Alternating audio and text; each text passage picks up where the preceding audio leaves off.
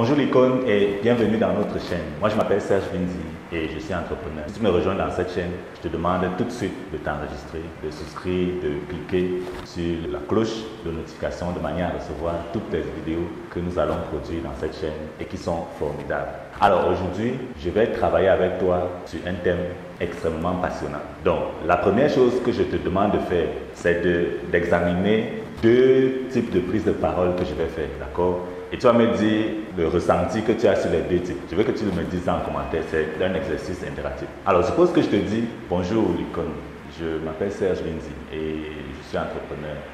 Aujourd'hui, je vais te parler d'un thème passionnant. Voilà, tu vois cette communication. Donc maintenant, tu reviens et tu supposes que je te dise, bonjour l'icône, je m'appelle Serge Vinzi et aujourd'hui, je vais te parler d'un thème passionnant sur les techniques de communication. Alors, tu remarques tout de suite qu'il y a une différence catastrophique, une différence énorme entre les deux prises de parole. Et la différence énorme entre les deux prises de parole sera donc le noyau substantif de notre présentation d'aujourd'hui. Tu l'as très vite compris, nous sommes en train de parler de l'art oratoire. Et nous avons commencé une saison ici très pertinente dans l'art oratoire. Nous avons expliqué tout un ensemble de choses. Nous avons commencé à parler du principe de la préparation. Je t'ai parlé de ce que j'appelle la neuropsychologie de la peur. Je t'ai expliqué d'où vient la peur, comment est-ce qu'elle fonctionne, etc.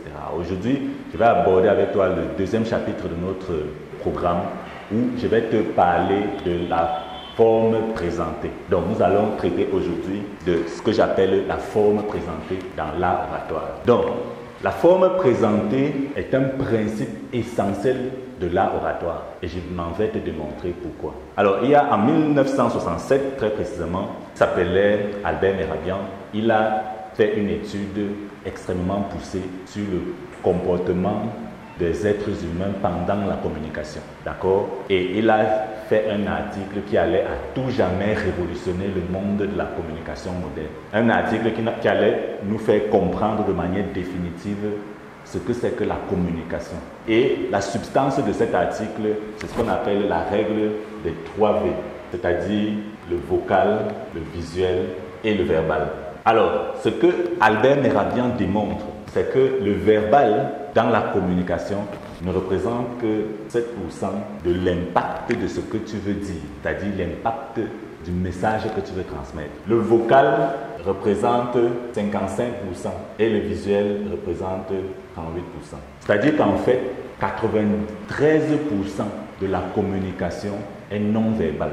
Je veux que tu comprennes bien ce que ça veut dire. Ça veut dire que lorsque tu es en train de prendre la parole et que tu parles et que tu t'adresses à quelqu'un, les choses que tu dis, les mots que tu dis, n'ont un poids, n'ont un impact, n'ont une force que de 7% dans la compréhension de ce que tu es en train de dire par ton auditeur, c'est-à-dire par celui qui t'écoute. Je répète ça distinctement. Les mots que tu prononces n'ont un poids que de 7% dans la compréhension et dans l'impact de ce que tu es en train de dire vis-à-vis de ton auditeur. 7%, ça veut dire quoi? Ça veut dire que si tu es en train de parler et que la puissance de ta parole est mesurée comme une batterie, dans le sens de impacter, informer et divertir, 100% représente l'objectif que tu veux atteindre en parlant avec quelqu'un. D'accord? Mais dans ces 100%, les mots que tu prononces ne représentent que 7%. C'est terrible comme révélation. C'est à la fois terrible mais compréhensible aussi. C'est-à-dire qu'on comprend bien pourquoi ça se démontre. Donc, le problème, c'est que la plupart des gens ont une compréhension très difficile de ces 93% dans l'impact de la communication. La plupart des gens ne comprennent pas ce que ça veut dire. La plupart des gens ne les utilisent pas ou la plupart des gens les utilisent très mal. Donc là-dedans, il y a 3 problèmes principaux. Le premier problème, c'est la mauvaise interprétation. C'est-à-dire que tu ne contrôles pas l'interprétation que l'autre fait de ton langage non verbal, à moins que tu sois un pro de la chose. C'est-à-dire qu'à moins que tu aies travaillé ça de manière à lui montrer exactement ce que tu veux voir, ce que tu veux qu'il voit de ton langage non verbal. Donc ça, c'est le premier problème. Tu ne contrôles pas ça. Le deuxième problème, c'est qu'il y a des gens qui interprètent mal ce que tu es en train de faire sur le plan de ton langage non verbal. D'accord? C'est-à-dire que tu peux dire quelque chose avec les mots, mais la manière que tu dis ça impacte très fortement sur l'interprétation que l'autre a de ce que tu es en train de dire et peut diminuer ton langage, peut diminuer ton discours, peut diminuer même la pertinence de ce que tu es en train de dire. Pire encore, ça peut envoyer un message contradictoire que l'autre va interpréter. Donc ça, c'est le deuxième problème, la mauvaise interprétation. Le troisième problème, c'est l'absence de contrôle. C'est-à-dire que tu n'es pas capable de travailler ça de bout en bout, de manière à pouvoir contrôler ce vaste champ de compétences. Ce qui entraîne que tu n'es pas capable de lire ça chez les autres. Quand tu communiques avec les autres, tu ne vois que l'aspect de leurs mots. Tu n'entends que ce qu'ils disent et tu ne sais pas utiliser leur langage non verbal pour les impacter ou pour les influencer. Si tu es un vendeur par exemple et que tu communiques avec les gens, tu dois comprendre qu'il y a une partie du langage qu'ils ne sont pas en train de contrôler. Il y a une partie du langage qui est cachée et c'est ça qu'on appelle le langage non verbal. Tu dois être capable d'utiliser ce langage non verbal pour pouvoir influencer dans la vente de ce que tu fais ou dans l'impact de ce que tu veux provoquer. Donc, l'épisode d'aujourd'hui et peut-être le prochain épisode seront dédiés exclusivement à la forme présentée, c'est-à-dire à la communication non verbale. Donc, une fois que j'ai planté le décor, j'espère que tu comprends exactement là où on est en train d'aller. Je te demande de souscrire, de t'abonner à la chaîne, de partager, de commenter, de me dire ce que tu veux comprendre de manière précise, que je puisse te donner des réponses pratiques à tes questions. Alors, donc la forme présentée, c'est quoi en fait? C'est ce que j'appelle le langage non verbal. Et le langage non verbal est constitué des éléments vocaux et des éléments visuels. Les éléments vocaux représentent 55% de l'impact de la communication. Et dans les éléments vocaux, qu'est-ce que nous avons? Nous avons la tonalité, nous avons le rythme, nous avons le volume. Ça, c'est la tonalité, le rythme et le volume de la voix. La tonalité, le rythme et le volume de la voix représentent à seul 55% de la pertinence de ce que tu es en train de dire. Voilà. Donc, mon travail aujourd'hui sera de te montrer comment tu peux travailler sur ces éléments pour pouvoir augmenter ton emprise dans la prise de parole en public. Je parle de ton emprise vis-à-vis de l'audience. Je parle de ta capacité à réguler ta voix, ta capacité à transmettre le message de manière vocale, ta capacité à comprendre la vocalisation de l'audience, que ce soit dans les questions ou que ce soit dans le silence, et de te connecter avec elle pour pouvoir influencer de manière pertinente. Le deuxième élément sera les éléments visuels. Donc, dans les éléments visuels, nous avons l'habillement. Donc, la manière que tu te mets est très importante vis-à-vis de ton audience. Que la plupart des gens te jugent d'abord à la manière que tu t'es habillé. Donc, c'est comme ça que nous sommes. Nous avons été conçus, nous avons évolué comme ça. Et c'est pour ça que les gens qui veulent impacter les autres d'une certaine manière, c'est-à-dire que ce soit pour les influencer, que ce soit pour voler, les arnaqueurs, que ce soit pour séduire, utilisent beaucoup l'habillement pour pouvoir impacter les autres. Et tu dois comprendre ça. C'est comme ça que le monde fonctionne. Ton rôle n'est pas de changer ça, ton rôle c'est d'utiliser ça pour pouvoir atteindre tes objectifs. Voilà, donc à côté de ça, nous avons la posture, nous avons la gestuelle, nous avons la connexion visuelle. Il y a également des éléments de proxémique et l'expression faciale.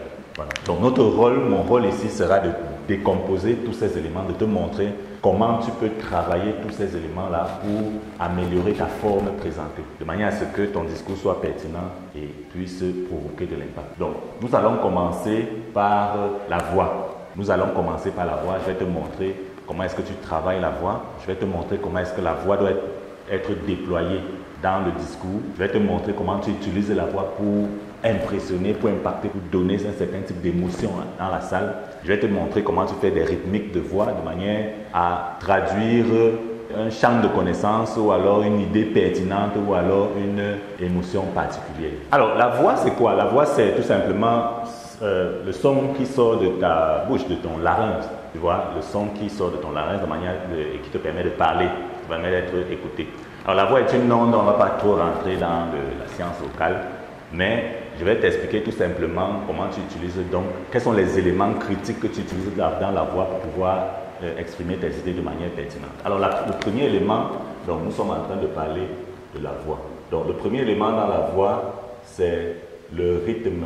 quand tu prends la parole en public, d'accord, rassure-toi que tu es capable de mettre un certain rythme dans la voix. Je vais te prendre des exemples concrets. Donc, le rythme dans la voix doit être cyclique, d'accord? Le rythme dans la voix doit être cyclique. Ça veut dire que quand tu prends la parole, tu dois élever la voix, tu dois mettre le volume pour pouvoir mettre de l'emphase sur certaines idées, d'accord? Et tu dois baisser le volume pour pouvoir donner le ton à l'audience de digérer l'idée que tu viens de donner. C'est-à-dire que ta voix est capable de faire ce cyclage entre une idée pertinente et une émotion beaucoup plus simple. C'est-à-dire que c'est pour ça qu'il faut une certaine coordination entre la voix, entre le cycle de la voix et ce que tu es en train de dire comme idée. Lorsque tu es en train de dire une idée qui est importante comme celle que je suis en train de dire maintenant, j'augmente le volume et je te permets de respirer en expliquant l'idée dans le cycle bas. D'accord? Donc j'augmente le volume dans son rythme et je te permets de respirer en cycle bas. C'est extrêmement important. Alors, tu vas remarquer que cette courbe sinusoïdale est la courbe de la vie en fait. Tout ce qui est vivant fonctionne en cycle, fonctionne de manière sinusoïdale. Si tu regardes par exemple un électrocardiogramme à l'hôpital, c'est le dessin ici que tu vas voir. C'est-à-dire que si tu as une voix monocorde qui est comme ça, voilà. Donc, si tu as une voix monocorde, ton discours va sonner comme si tu es mort. Si tu as une voix monocorde, ton discours va sonner mort. Et si tu travailles ta voix, ton discours va sonner vide. Tu vois, il n'y a pas de changement dans le rythme vocal. Ce qui fait que ce que je dis n'est pas vraiment très pertinent dans sa perception. Voilà. Il est important que tu comprennes que le cycle dans la transmission est important. Parce que c'est lui qui permet de faire la différence entre les idées qu'il faut comprendre maintenant, comme celle que je suis en train de te dire, et celle qu'il faut comprendre dans l'explication. Donc quand je suis en train de te dire quelque chose que je veux que tu comprennes, une idée prééminente, j'augmente le volume de la voix. Et quand je suis en train de l'expliquer, ou alors que je suis en train de te transmettre une émotion, ou alors que je suis en train de raconter une histoire, je diminue le rythme le rythme de la voix, pour créer un cycle monté et descendu. Un cycle monté, un cycle descendu. Donc voilà comment est-ce qu'on travaille le rythme. Alors il y a un ensemble d'exercices qu'il faut que tu fasses pour travailler ton rythme de manière pertinente. Et c'est un exercice de prise de parole en public qui consiste à travailler un certain nombre de phrases ayant des idées avec leur explication. Donc tu travailles un certain nombre de phrases ayant des idées ainsi que leurs explications qui vont te permettre de travailler la montée en gamme et la descente en gamme dans le cycle vocal. L'exercice est très important, tu peux le faire seul à la maison. Tu conçois d'abord un discours ou alors un ensemble d'argumentaires et tu te places tout simplement au miroir pour répéter ça à toi-même de manière à provoquer des cycles. Ou bien alors tu peux faire une vidéo avec ton téléphone qui va te permettre de te réécouter et de comprendre si tu es en train de faire des cycles monter et descendre dans la prise de parole que tu as effectuée. Très bien. À côté du rythme dans la voix, tu as ce que j'appelle la tonalité. Alors la tonalité, c'est simplement la qualité du son. La qualité du son de ta voix. Bon, c'est vrai que nous autres qui utilisons les outils digitaux, il y a encore, la sonorité est beaucoup plus, je veux dire, la tonalité est beaucoup plus amplifiée, ou alors la tonalité est traitée, c'est pour ça qu'on fait du traitement de son, etc. Mais si tu fais des présentations publiques, tu es directement en face de ton auditoire, et bon, s'ils ne sont pas très nombreux, parce que s'ils sont nombreux, tu as un micro, voilà, les baffles essaient d'envoyer des signaux et permet de traiter la tonalité de manière à ce que tout le monde puisse comprendre ce que tu es en train de dire. Mais attention! Si tu es en train de faire une prise de parole en public entre les petites personnes, il faut que tu travailles la tonalité de la voix, c'est-à-dire la qualité du son de ta voix, la qualité du son de ta voix.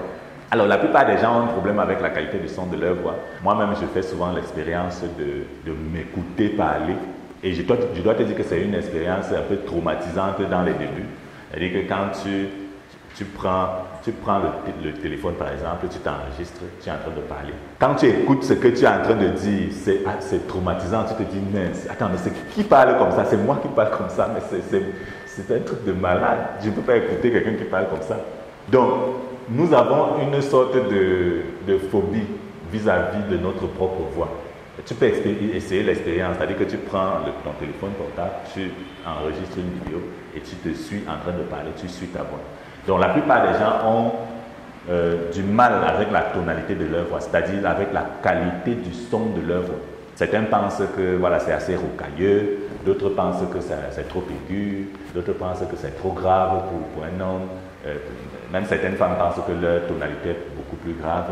Mais ce que je dois dire, c'est que dans la prise de parole en public, plus c'est grave, plus c'est bien. Voilà. Plus c'est grave, plus c'est bien. Et là, je parle de la prise de parole en public. Je ne parle pas vraiment du privé. Et même pour les femmes, plus c'est grave, plus c'est bien. Bonjour, je m'appelle Elodie, je travaille chez Skywalker et notre objectif là-bas est de vous permettre d'identifier vos compétences et de les transformer en argent. Tu vois, c'est une femme qui est en train de parler. Même si c'est une femme, plus c'est grave, plus c'est bien dans la prise de parole en public. Donc, travaille la tonalité, d'accord? C'est le deuxième élément de ta voix. Alors, il y a un ensemble d'exercices là-bas qui permettent de travailler la tonalité. C'est vrai que je ne suis pas expert en vocalisation. C'est vraiment un travail, hein, la vocalisation.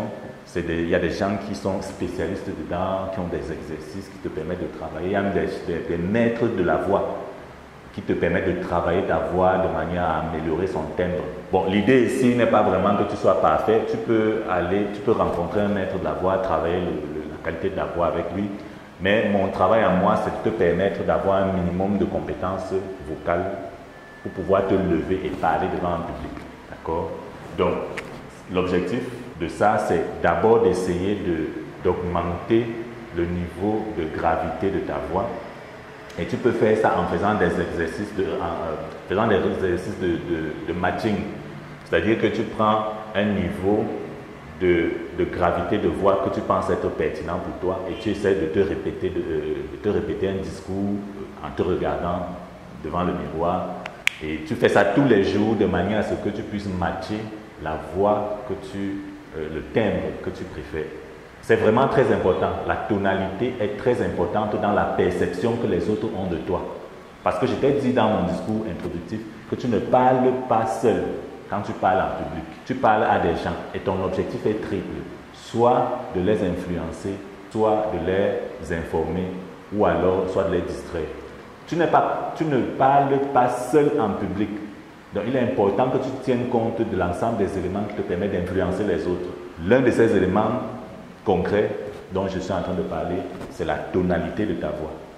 Donc, fais des exercices pratiques là-dessus. Voilà un que je viens de te donner, c'est-à-dire que tu te lèves, tu parles devant le miroir et tu essaies de matcher une certaine tonalité grave qui te paraît être intéressante et que tu peux utiliser dans l'avenir. Voilà. Donc, à côté de la tonalité, tu as la vitesse. Voilà, alors ça c'est un autre élément très important de la voix. C'est-à-dire que si tu parles très rapidement, tu auras des problèmes à te faire comprendre. Il y a des gens que je connais qui parlent très rapidement. Donc, le bon rythme, c'est entre 150 et 200 mots par minute.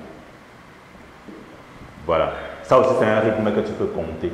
Donc, il y a un exercice que tu peux faire pour réguler la vitesse de ta voix. Tu vois, c'est vraiment un travail, parler en public. C'est un travail, tu dois travailler l'ensemble des éléments constituants qui te permettent de rassembler une compétence très pertinente pour toi. Donc, la vitesse optimale, c'est entre 150 et 200 mots par minute. Et tu peux utiliser un compteur vitesse ou alors tu peux enregistrer ta voix et la faire écouter il y a des logiciels qui comptent les vitesses de voix de manière à vraiment optimiser ta vitesse de voix. Il y a aussi des gens qui parlent très lentement. Donc, si je parle très lentement et que je t'explique les choses très lentement, tu comprends que c'est assez énervant de suivre un discours aussi lent. De même, si je te parle très rapidement et que je te montre que c'est très rapide et que tu peux comprendre des choses sur l'oratoire de manière très rapide et que tu peux comprendre comment ça fonctionne, tu vas comprendre que c'est très énervant de suivre ce que je suis en train de dire parce que je parle très rapidement. Mais ce que je fais, c'est que j'utilise un timbre vocal normal qui me correspond et que j'ai travaillé et que j'utilise pendant que je parle pour pouvoir te transmettre un message audible parce que je parle à des êtres humains, je parle à des gens qui sont en train de m'écouter. Retiens ça, c'est très important. Je suis en train de parler aux gens qui m'écoutent. Donc chaque fois que je suis en public, je reprends conscience du fait que je suis en train de parler aux gens qui m'écoutent. Et ça revient en moi tout le temps. Parce que parfois, même les gens qui sont très professionnels dans la prise de parole en public s'oublient. Ils n'ont plus conscience de, justement, lorsqu'ils sont déjà à un niveau d'excellence assez poussé, ils n'ont plus conscience de. Ce que toi tu vas faire, c'est que quand tu commences, tu dois avoir conscience de toi tout le temps. Je suis en train de parler en public. Quelle est ma gestuelle? Quel est le rythme de ma voix? Quelles sont les idées que je transmets? Comment est-ce que je les transmets?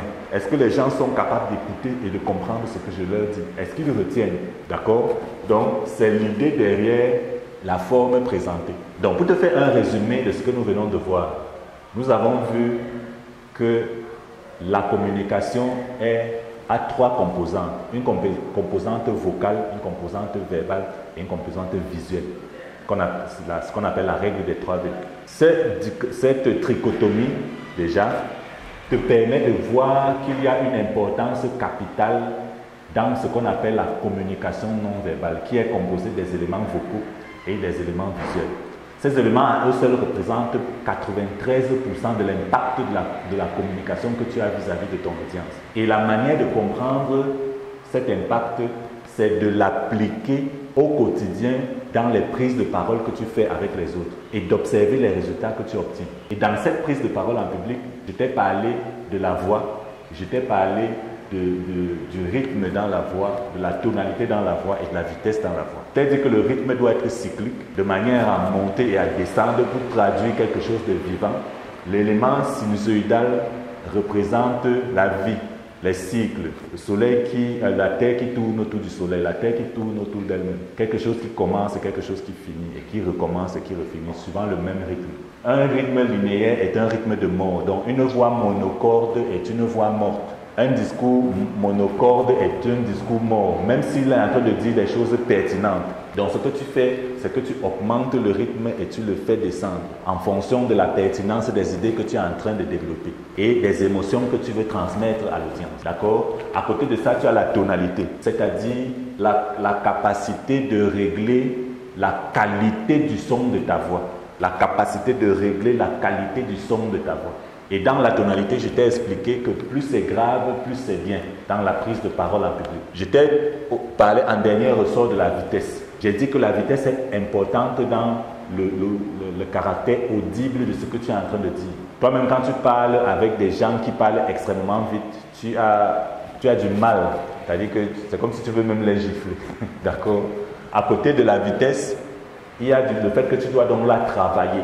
Tu dois travailler la vitesse de ta voix de manière à l'optimiser, à la mettre entre 150 et 220 mots par minute. Donc tous ces éléments de la voix ont des exercices pratiques que je t'invite à aller travailler. D'accord? J'espère que cet épisode a été extrêmement intéressant pour toi. Si tu as des éléments que tu n'as pas compris, tu peux les poser en commentaire et je me ferai un plaisir de te répondre.